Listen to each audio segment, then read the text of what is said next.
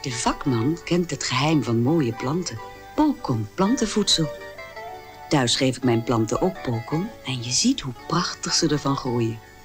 Polkom, vloeibaar in handige flessen en poeder in voordelige potjes. Geef uw planten ook polkom iedere week. Geef uw planten ook Pocon, iedere week. Een tv-spot uit 1981 van Pocon, voedsel voor planten, met als meststoffen fosfor, kalium en voor het merendeel stikstof.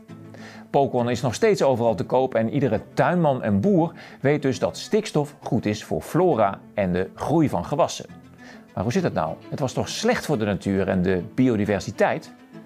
Toegegeven, het zit iets genuanceerder, want er zijn verschillende vormen van stikstof en sommige zijn niet zo goed voor onder andere de waterkwaliteit. Maar opeens was daar in 2022 het stikstofkaartje en was er sprake van een heuse stikstofcrisis. Boeren waren de boosdoeners en iedere andere vorm van stikstofuitstoot was niet meegerekend en bestond niet in Den Haag. Vele boerenbedrijven zijn intussen weggepest door het vernietigende effect van dit onnavolgbare beleid en gek genoeg hebben we niet meer zoveel vernomen van die stikstofcrisis. Je zou bijna vergeten dat die ooit heeft bestaan. Maar wij hebben nog een bijzondere documentaire op de plank liggen van de Amerikaanse filmmaker James Patrick, die vol verbazing het Nederlandse stikstofprobleem, dat nergens anders in de wereld ooit een crisis heeft opgeleverd, probeerde te begrijpen. Kijk naar Nitrogen2000, een nu al historisch document dat laat zien hoe niet de terrorist of de vijand uit een ver land, maar vooral onjuiste informatie van onze eigen overheid steeds weer opnieuw de meeste schade aanricht.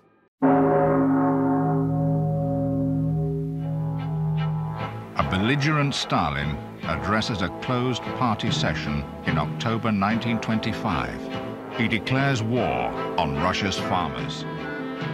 The kulaks are traditional enemies of central authority. He lashes out. Kulaks are the stronghold of counter-revolution. Rise up in arms against the kulaks. Liquidate the kulak class. A little over 50 years ago, the Club of Rome published the Limits of Growth report. And it came to a drastic conclusion. Stop economic and population growth, or else our planet will not cope.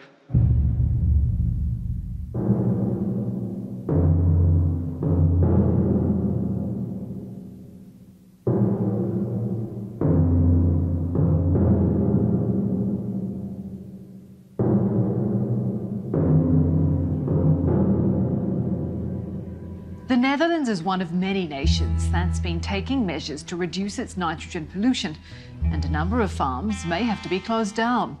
In order to restore nature, we have to reduce the number of animals in the Netherlands. It is basically the second largest food exporter in the world, and they're being told that they're going to need to cut their production at a time of global food insecurity to basically follow climate mandates. This seems like complete insanity to me. Part of the Dutch plan is to buy out farms, which are being seen as being pollutant. The minister talking about hugely attractive buyout packages, that's a ridiculous statement. Wat het kabinet nu echt moet... The government should force farmers to stop. It has to happen now and it will be painful. Farmers have to be told, you will need to quit and we will withdraw your license. We will compensate you, but you have to stop. Lots of questions about their future. So they want some answers from the government. What will happen to us? Environmental groups have said more reductions, more cattle has to disappear. They are using the narrative of nitrogen to get rid of us. But actually we're doing a very important part. We're feeding the Netherlands. We're feeding a big part of Europe.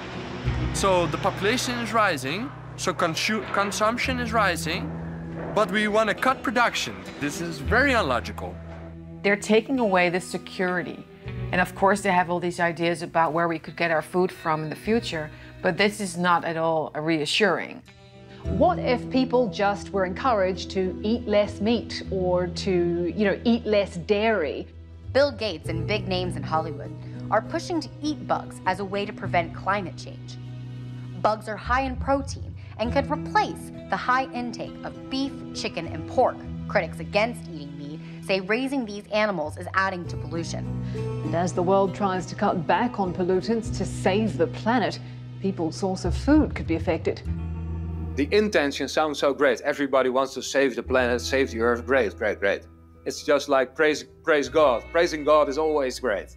But if you look at the consequence, it just means you make everything so much expensive that you create abject poverty you destroy the middle class, you make the lower class even poorer, and you only have a small elite in their networks. You had a member of the Bank of England who openly said in an interview, well, we have to make peace with the fact that we will be poorer in the future. Now, that's easy for him to say, but if we look at the history of revolutions, both ancient ones and more modern ones, this is how it starts. People do not accept forever that they're simply gonna get poorer, poorer, and poorer, and that their children will be worse off than they were. At some point, that anger will turn against the political system. Greenpeace says compensating farmers on a voluntary basis won't lead to a big enough reduction in nitrogen. Ministers en mensen van grote natuurorganisaties, zoals Greenpeace, de Vogelbescherming en Natuurmonumenten, gaan er praten over de stikstofplannen. Het probleem wordt alleen maar erger, dus je moet gewoon nu wat doen.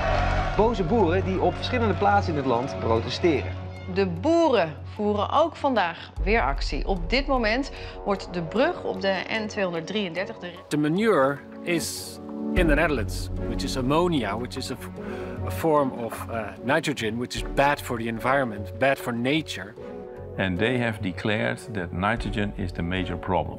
Well, I'm an expert in nitrogen, and I dare to say it is not.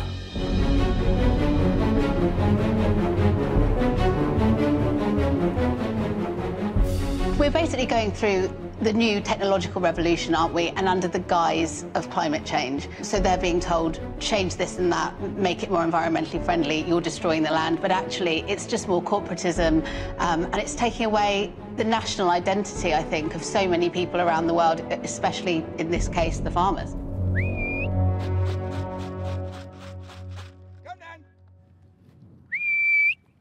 Come then! Come then! Come then!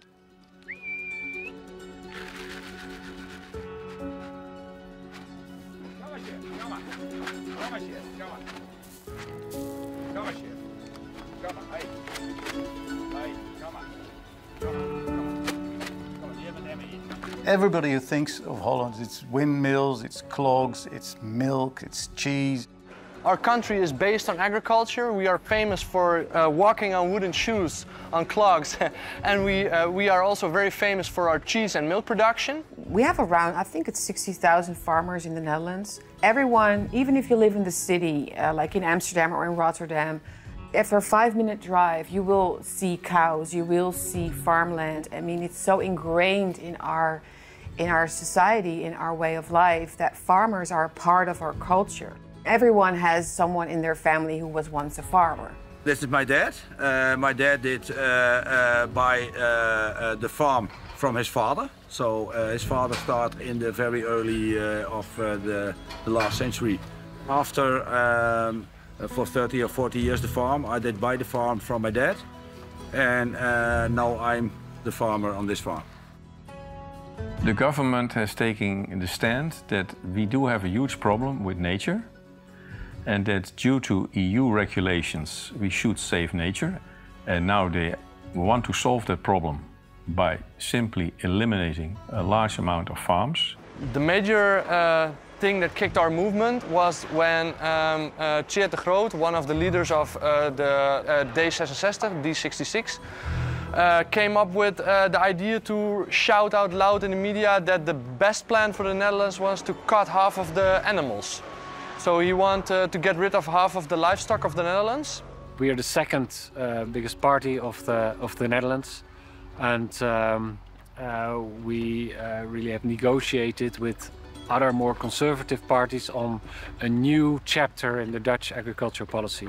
They said in 2019, they said publicly that they want to get rid of half of the farmers, half of the animals and half of the farmers. When this injustice is put over the Dutch farmers, a lot of people stood up. Thousands of Dutch farmers are rallying against the government on their tractors.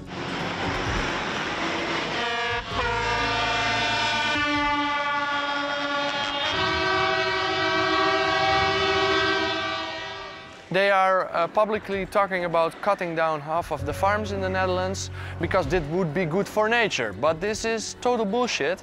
It's a crock of shit. It's bogus. It's a false ideology.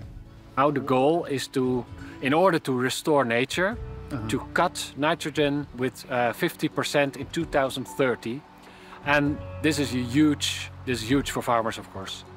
From 28,000 animal farmers, they want 11,000 farms close, and another 8 to 10,000 farms should reduce their production.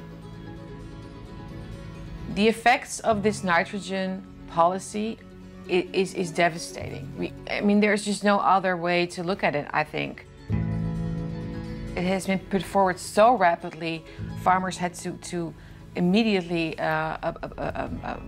comply to these crazy, impossible demands, really.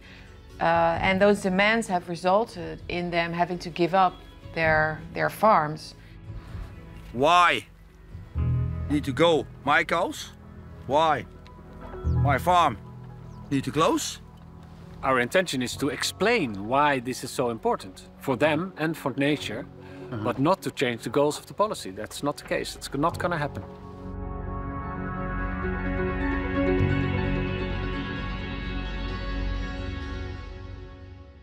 If nitrogen is most of the air we breathe, then how can nitrogen be pollution? It's not like a toxic chemical that we should eradicate. And nitrogen is a completely natural compound in nature. Without nitrogen, we would not be there. Nitrogen is also necessary for things to grow. These are the three macronutrients that are essential for plant growth: nitrogen, phosphorus, and potassium. Nitrogen gets top billing because it's responsible for keeping plants green, which is why fertilizers for grass tend to have a high N factor. Nitrogen management is an integral part of environmental policies in quite a lot of countries. Political agreements since 1990 has substantially reduced nitrogen oxide emissions from the European part of our region. Local nitrogen pollution hotspots will require a cap. They'll actually require a reduction below the current level.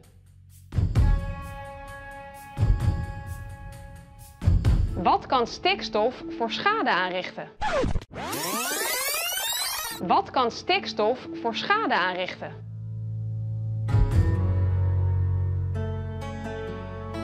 Die stikstof verrijkt de bodem en dat heeft als gevolg dat planten die weinig stikstof nodig hebben verdrongen worden door planten die juist heel hard groeien door stikstof. Denk bijvoorbeeld aan de orchidee die overwoekerd wordt door de brandnetel. Die stikstof verrijkt de bodem en dat heeft als gevolg dat planten die weinig stikstof nodig hebben verdrongen worden door planten die juist heel hard groeien door stikstof. Denk bijvoorbeeld aan de orchidee die overwoekerd wordt door de brandnetel. The nitrogen is only a problem for a few plants. And there are certain plants that don't like it and they disappear.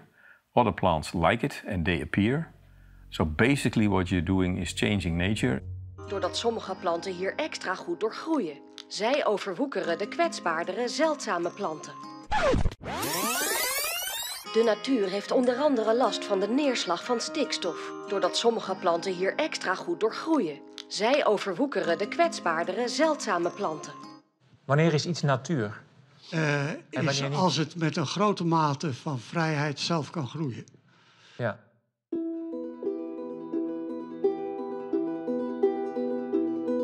But instead of prolonging these debates, I want today to concentrate on one point. And that is the clear message that a growth model centered on fossil fuels is simply obsolete. We are governed by incompetent people, but we have to face the fact that in the past, previous generations made us so rich that we could afford to be stupid, but gradually we are no longer that rich to afford to be that stupid. Yeah, if we look at the Netherlands, livestock is actually the biggest source. It's responsible for about 65% of all the emissions that precipitate on our protected natural areas.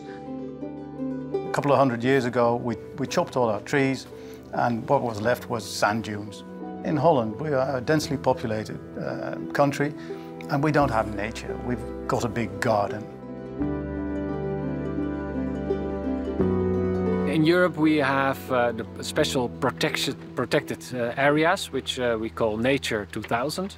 They were selected according to the special species or habitats we were there. Natura 2000 is the largest network of protected areas in the world.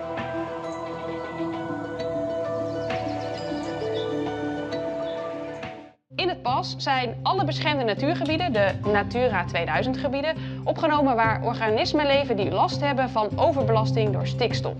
Dat geldt voor 118 van de 160 Natura 2000 gebieden. You have to go back maybe 25 years when some silly civil servants went to the European Union and they said, well, we've got nature, but our nature, we call them sand dunes. And if you have nitrogen oxide deposits on sand dunes, eventually you will end up with a forest, which I think is not bad, but we promised the EU it will stay sand dunes. So we will maintain it like that. We had a lot of problems with nitrogen rules because our farm is near to and in Nature 2000, and that is really a problem for us. This is my land. I'm owner, but this is also nature land, Nature 2000. In this area, the government say we need to reduce 95% of the nitrogen who's coming out of the stables. The government is picking on the farmers, much too much. That is absolutely not necessary to save nature. Thousands of Kulak families are rousted from their homes. Their land, grain, implements and livestock plundered.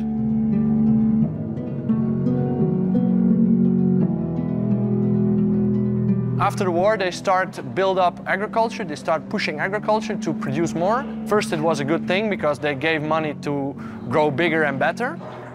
But now they're using the money to control us. For example, I can't choose the crop that I want to grow. I need to change my crops accordingly to the plan of the government. And they have no clue what they're doing. The 15th of May of every year, the Dutch farmers, they have to give up how many cattle they have, how many fields they have, what they grow in the fields, when they harvest, how they harvest. They have to tell which kind of cows they have. They have to tell how much cows they want to have in the nearby future, how many calves were born, how many of them are male, how many of them are female. Yes, it's crazy as that. It's never ending. They want to know everything.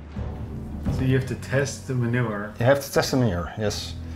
Every time? Every time, every time. Every time we have to test the manure, how much phosphate is in it, how much ammonia is in it.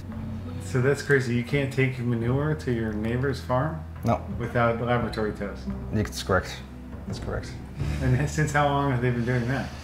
Well, that's for probably 20 years now. It's so complicated.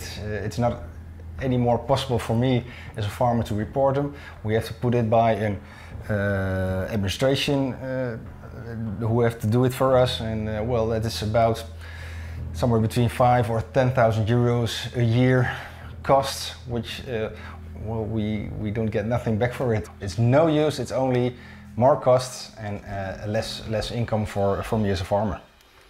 In the search for contraband, every home is ransacked.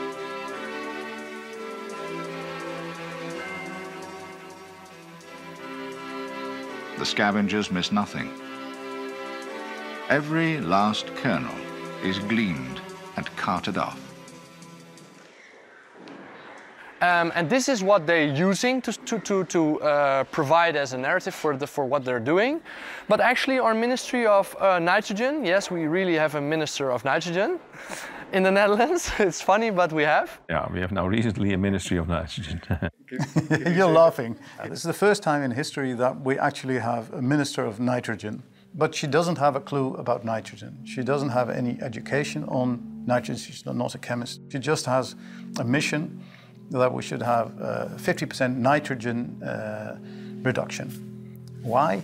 she doesn't know. I asked her in the house, and she doesn't have a clue, which is funny in itself if it wasn't for the fact that people's lives depend on it, farmers' lives depend on it. The role of the Rabobank is really weird because the Rabobank was the farmers' bank. They used to support and finance the farmers. This bank apologized for loaning money to farmers. So a bank raised by farmers to loan money to farmers put excuses for loaning money to farmers. So that's ridiculous. But a lot of farmers are getting letters now from the Rabobank from, sorry, if these are the plans the government is going to implement, then your land is worth absolutely zilch. It's a scary collaboration between the government and the banks and other entities. I'm Ripke Zelmaker. I am a science journalist who investigated on this government scheme of buying up farmland in the name of nature protection for like 10 or 15 years. And so I discovered which interests are behind this whole scheme. I used to be a real greenie, a conservationist, but I turned more into a supporter of the fishermen and the farmers because I saw what interests are now also behind so-called conservation.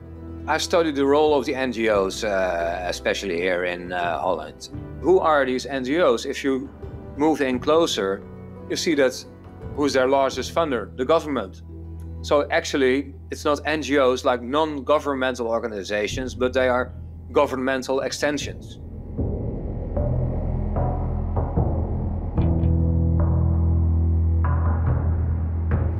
I do the same as the nature organizations do in Holland.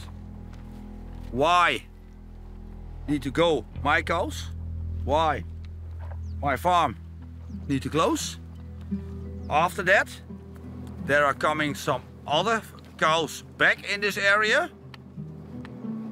Not from a farmer, but from a nature organization, and they need to eat the grass. So what's the difference? I think it's very strange that a farmer is not allowed to do it, and a nature organization can do the same as I do, and they have and then there is no nitrogen problem. But what do these NGOs do for these people? They make a political issue constantly of something that is only in the interest of the 1%. They use NGOs, they pump them full with money to promote policies that, well, 99% of the population does not care anything about. All subsidies to NGOs need to end.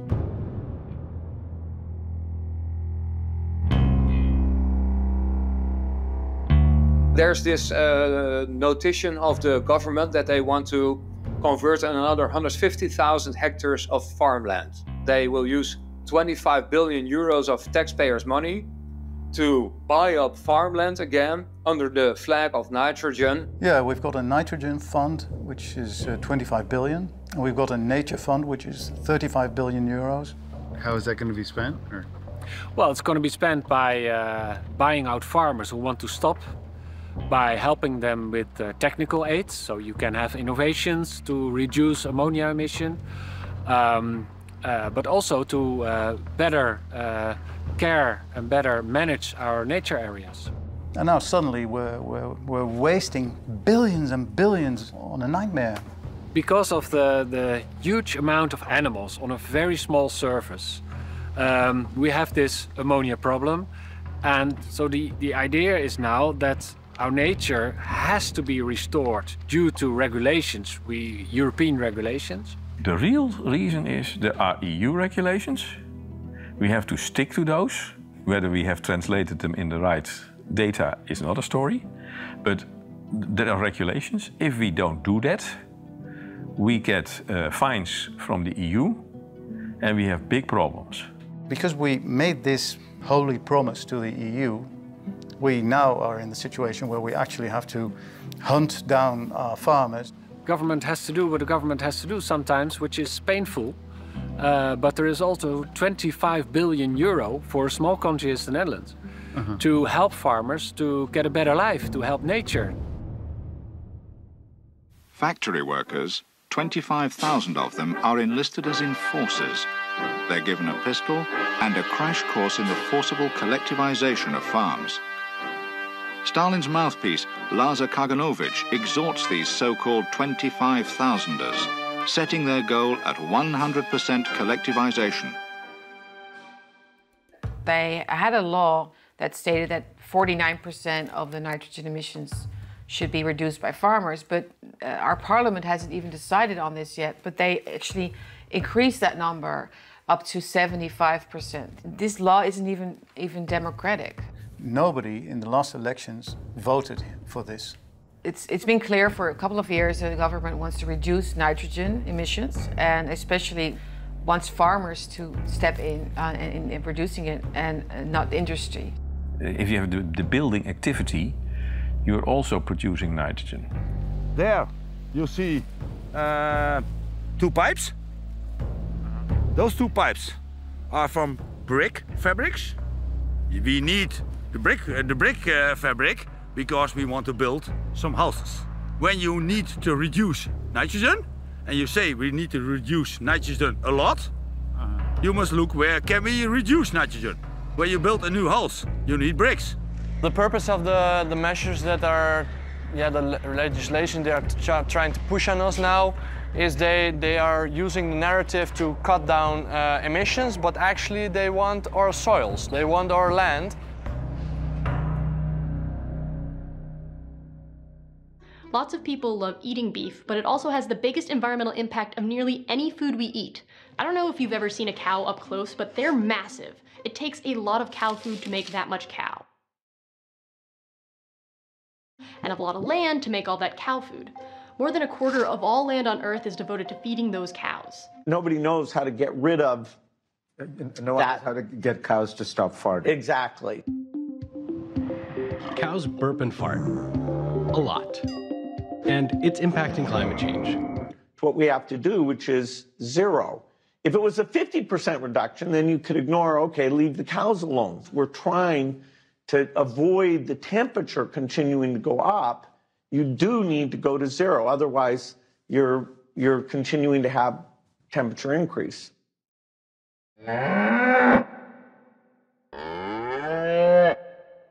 Bill Gates has been secretly buying up all the farmland across America and is now the largest farmland owner in the United States. In 2020, Bill Gates made headlines for becoming the largest private farmland owner in the US. The farmers are targeted, and why are the farmers targeted? Because they have land. They need to build houses, they need to build factories, they have to build highways, and that they need therefore the farmers' lands, and they want to get it as cheap as possible. We need 1 million houses. To solve this problem, the state needs land, and what is easier than to kick out our farmers?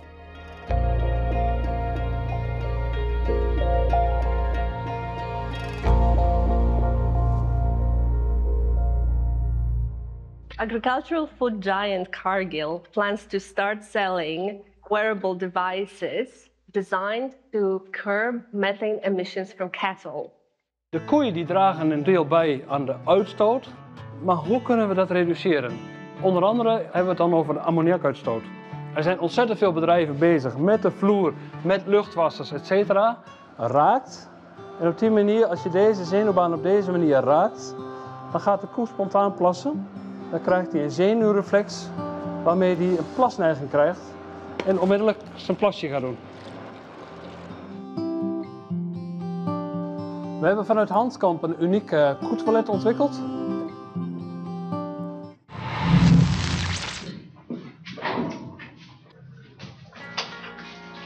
I mean, we have a problem, and we have to solve it. There are a lot of solutions for reduce nitrogen. If we change the food for the cows and the chickens, for example, and also for the pigs, but it's a little bit different story, then we can easily bring down the amount of ammonia that they are producing back with 30, maybe even 40%. So what we need is innovative farming, and not immediately saying we can't do it. Yes, we can. Some of the farmers have even said, okay, if nitrogen is the problem, if nature is the problem, then I will get rid of my cattle, but you will not get my land. And the state has said, no, that's not the point. We want your land. Farmers are in their way and they want to get rid of us, but we won't let them. They are really suffering. They're really feeling like they have absolutely no other option anymore. I believe 6 farmers have actually hanged themselves because of this new policy. What I'm hoping to see is that more Dutch civilians, also from the cities, will join in on their actions and protests, so they don't need to do it by themselves. Every day you read in a newspaper that some media is trying to say, mainly the governmental media, is trying to say that we are losing the support of the people. And I think if you go into the center of Amsterdam and you see the people that only read the propaganda that is produced by the government, yeah, then they have nothing to do with farmers, because they buy their food in the shop and that's it. So they have no binding with farms. But if you ask the rest of the Netherlands that living in rural areas, they support farmers very much. You can see that with all the flags upside down. It's a distress call. We turn the Dutch flag upside down. And if you drive through the Netherlands, you can see it everywhere. They wanted to show their distress. So it's like a symbol of distress. And they put them up on lantern posts, they put them outside of their door. I think this is about the people showing each other that they have to connect and stay together in order to fight this tyranny. What is the significance of the upside down flag, sir?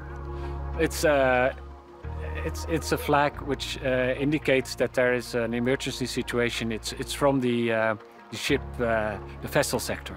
It's from the maritime sector. That's a better word. Oh, you're supposed to do that if the vessel's in distress? Yeah. That's the traditional form of saying there's an emergency. So. Do you think there's a distress, or maybe there's certainly distress, yes. But I guess you guys have different opinions on. We have different opinions. They use false pretense to force their own agendas and force their own ideological ideas. Under the guise of democracy and liberalism, they are taking away rights.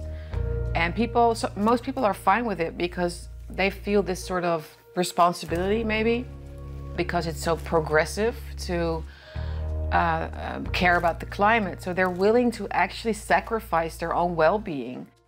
Even well-educated people very often don't actually have the common sense to sit down and relax and think, well, what this government official, what this minister is saying, is it true? Well, very often, no, it's not true. Our Minister of Climate, he has said in a TV show, he has said nitrogen is like a toxic blanket that is covering nature and that makes it impossible for plants to grow. That is not a scientific explanation of nitrogen. It's all made up to create an atmosphere of fear, and then once the people are frightened, you can do whatever you want with them. Many people, the masses, I would say, like to be told what to do in order to be safe. So we've paid a really, really high price for this because we gave up all our freedoms to feel safe, and obviously this safety is also very fake because you can't be safe without being free. It's not about saving the planet, it's about government control, because that's in effect what is happening. Our basic values were all built around the fact that an individual determines his or her own life and is responsible for his or her own children and his wife and his house, and you determine your own life. Whether you die or live, you determine that yourself. And the transition that we're making is from this freedom of the individual to a collectivistic or Marxistic or communistic or socialistic sort of structure. We're sleeping, and we're in this transition, we're in this silent revolution, and I think it's very scary. In de stikstofplannen staat dat er in 2030 veel minder stikstof in Nederland mag zijn. Te veel stikstof is niet goed voor de natuur. Die stikstofuitstoot die moet omlaag, die moet flink omlaag. Misschien moeten sommige boeren hun bedrijf opgeven, maar veel meer boeren moeten hun bedrijf veranderen, natuurvriendelijker maken. A lot of farmers, but also just Dutch citizens, are realizing that this nitrogen crisis, or the climate crisis in general, is based on fraudulent models. Stikstof is er in meerdere verbindingen en ammoniak is er daar één van. Nou, er komt vooral heel veel ammoniak vrij door de landbouw, door de mest van dieren. Die wordt verspreid in de lucht en slaat vervolgens weer in de natuur neer. De natuur heeft onder andere last van de neerslag van stikstof.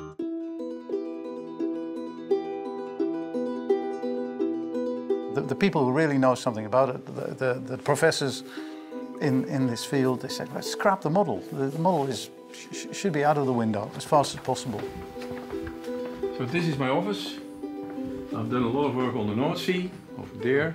I've worked on the Antarctic, and there you see me with the king and queen, although they were prince and princess at that time. So, and there you see me with the former queen, getting a Medal of Honor for arts and science. And what is your specialty? I'm a marine ecologist. So marine ecologist, so studying the system as a whole, and my main thing is humans and the sea. When I retired, I became member of a Dutch political party, and well, I started on working on the nitrogen there, and I said, okay, this is the data are not right, and we should do something. And besides that, I think that you're overdoing the damage that nitrogen is doing to nature. There is a problem, but it's not as bad as you are claiming all the time. The idea of these people is there is a problem everywhere, so we have to solve it everywhere. And there is this holy belief that if you release these nitrogen compounds at a certain spot, it will go across the whole country. But that's not true. And so then you have a different view, and then there is a model. So they have built a model, which is rather shaky. They state that the nitrogen model is not suited to calculate the things you would like to calculate with. You can use it for analyzing where the problems might be, and as a scientific tool to understand the processes better, but it's absolutely not capable of calculating the data on which to base your measurements against the farmers. It's bullshit. A few other people, beside myself, have written a chapter in here that this model is not suited for the calculations they are doing. And that the data, even in some spots, have a variation of 95%. And then you use those data to tell a farmer that he has to disappear. And that's something where I think this is not the way to approach this. If the outcome of a model coincides with what I see there out in the field, that's coincidence, because the next year it will be completely different. Why do we even use the models then? Because it gives us the knowledge on the different ways the system can develop. So basically what it can show us is how do processes work. These models are very well suited to test theories. If you put crap in, you get crap out. Yeah, that's something that we have said. There are already big question marks. And the major issue is that the government is believing the data that come out of the model and is using those data to make the policy, including getting rid of the farmers. We are actually discussing, waving goodbye to our farmers. I think this is a really, really sad and worrisome time. I mean, these are hard-working people. They're paying taxes. They've worked their land for sometimes 10, 15 generations. And now everything seems to have changed. The farmers are bad. They're producing waste. They're killing our nature. They're treating their animals badly, and suddenly they have to disappear. 20 years ago, you would not have dreamt that this would have happened. We were proud of our farmers. The Dutch farmers were the best in the world, and they still are. I believe it's very important that people like journalists look into all sides of the story. Not all of the Dutch journalists tell the right story or tell the total story. They just cherry picking, and because they are cherry picking one part of the story, the people in Holland do get a wrong image of what is going on. It's absolutely insane that we would actually sacrifice the knowledge of our Dutch farmers. They are one of the best in the whole world. When governments are going to buy out farmers from their fields, from their where they live, they're never going to come back, and therefore they're making a big mistake. And I will think that in maybe 10 years or so, a politician will say, what happened in 2022? Why are all farmers gone? And nature hasn't changed. We get rid of this if we only have our famous good quality cows on pictures. We will break down the backbone of our country, and eventually everybody will get hungry and go bankrupt.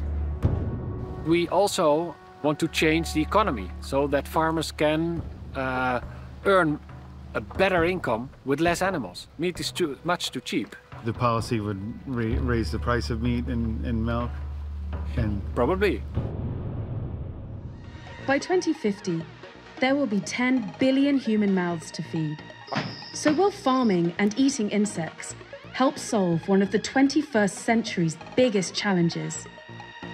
I am here to reveal my hidden talent, eating micro livestock, cornworms. They're still alive. So here we go. Have some mealworms. I'm telling you, I'd win Survivor. It's not about nature protection. Only the ones who in this process have acquired the most money will have the ruling power. It comes down to control of resources in the hands of the few. Look at the power of the NGO's. Who do they really support? Who's pumping money into them? It's always government and billionaires doing it. En de minister die schreef vandaag dat ze een verkenning heeft gedaan naar mogelijke maatregelen voor Natura 2000 gebieden. Daar staat namelijk in dat zij een vertrouwelijke vraag hebben gehad vanuit LNV om in het kader van het transitiefonds landelijk gebied een quickscan te maken van kansen en herstel. So this is the relation between the government and NGO's. To an extent you can sell the public, you can buy the public opinion by these NGOs. And this is what really happened in Holland, but also in the US. Well, we've now seen Brussels approving these plans for the Dutch government to forcibly buy out livestock farms to cut nitrogen emissions. But get this, as part of the deal, the farmers would not be able to ever farm anywhere in the EU again. It begins with speaking out and organizing and reaching out maybe even to people in other countries, and because it isn't a Dutch issue, it's a global issue.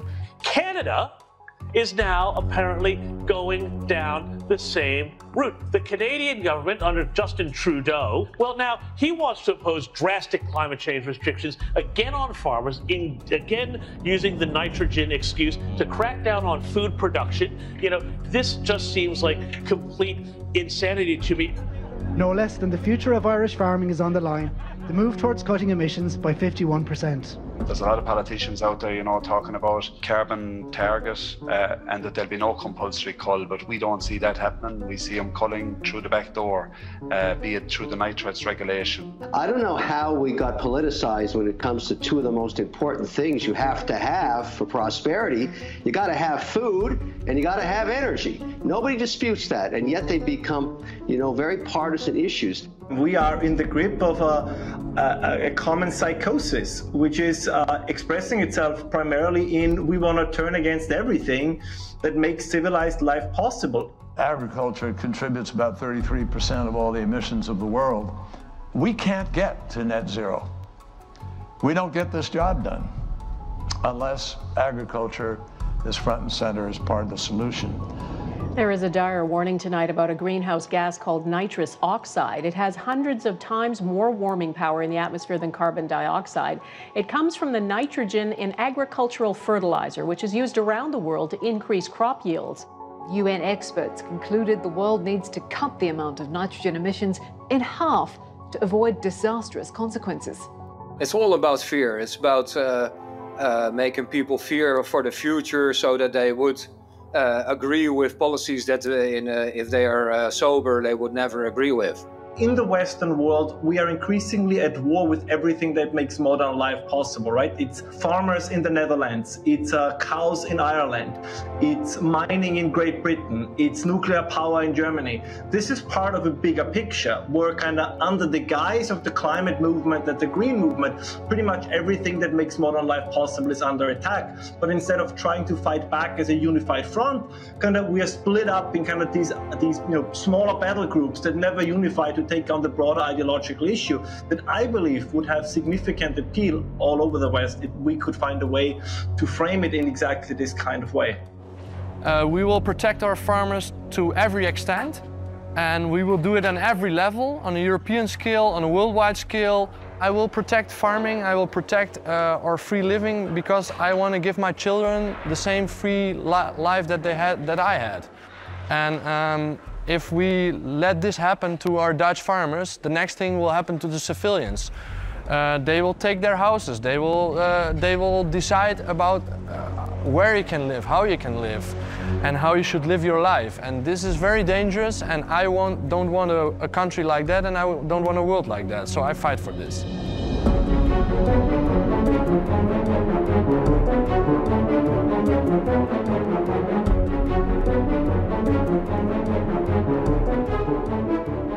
For the remaining farmers, anything is preferable to what they have witnessed.